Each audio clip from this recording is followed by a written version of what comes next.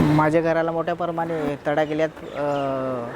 घराला, भिंतीला, पायापासून तर सर्व दरवाजाला जो बाथरूम बांधला आहे मी त्याला पण तडा गेल्यात. जमिनीला जो कोबा केला आहे ते कोब्याला तडा गेल्यात आणि तो कधी पण येणाऱ्या दिवसामध्ये कोसळू शकतोय. म्हणजे त्याच्यामध्ये मला बारकाली मुलं आहेत छोटी छोटी. जर जीवितहानी झाली जर तर मग कुठं भटकू. कशामुळं तडा पडला? ये रुस्तमजी बाटलीवाला आणि बोरहोल मारून ऊसपोट केले ना जून महिन्यापासून.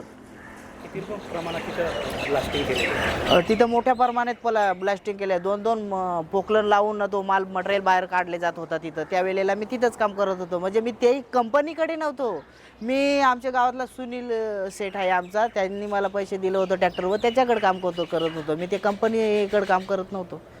मग आता कोणतं म्हणजे घर कशा योजनेतून बांधकाम केलं होतं? घर कोणत्या योजनेचा होता? जनमन योजनेमधला होता तो. म्हणजे आदिम कातकरी शासनाने दिलेला होता जनमन योजनेमधला.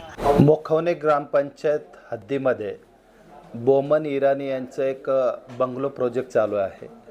सदर प्रोजेक्टसाठी लागणाऱ्या ज्या काही शासकीय परवानग्या असोत किंवा ग्रामपंचायत प्रशासनाकडून लागणाऱ्या परवानग्या किंवा ब्लास्टिंगसाठी लागणारा जो ना हरकत दाखला वगैरे असतो, हा नियम व अटी शर्ती लागू करून त्यांना आम्ही तसा जमीन सपाटीकरण आणि ब्लास्टिंगसाठी परवानगी दिलेली आहे.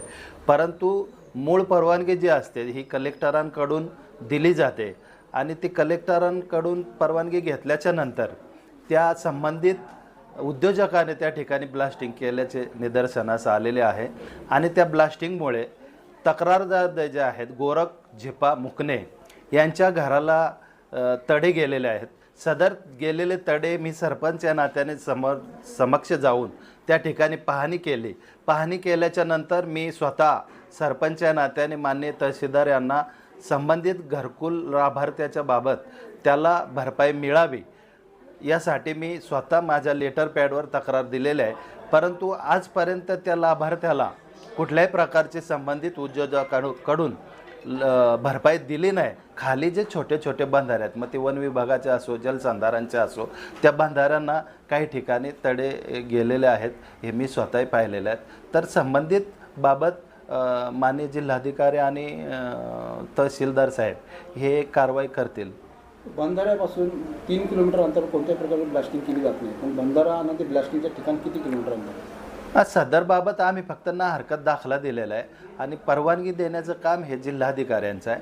जिल्हाधिकाऱ्यांचं जे काही डिपार्टमेंट आहे ब्लास्टिंगच्या बाबत ते संबंधित जागेवर येऊन पाहणी केली असेल, त्यानंतरच त्यांना नियम अटी घालून परवानगी दिलेल्या असतील असं मला तर वाटतं.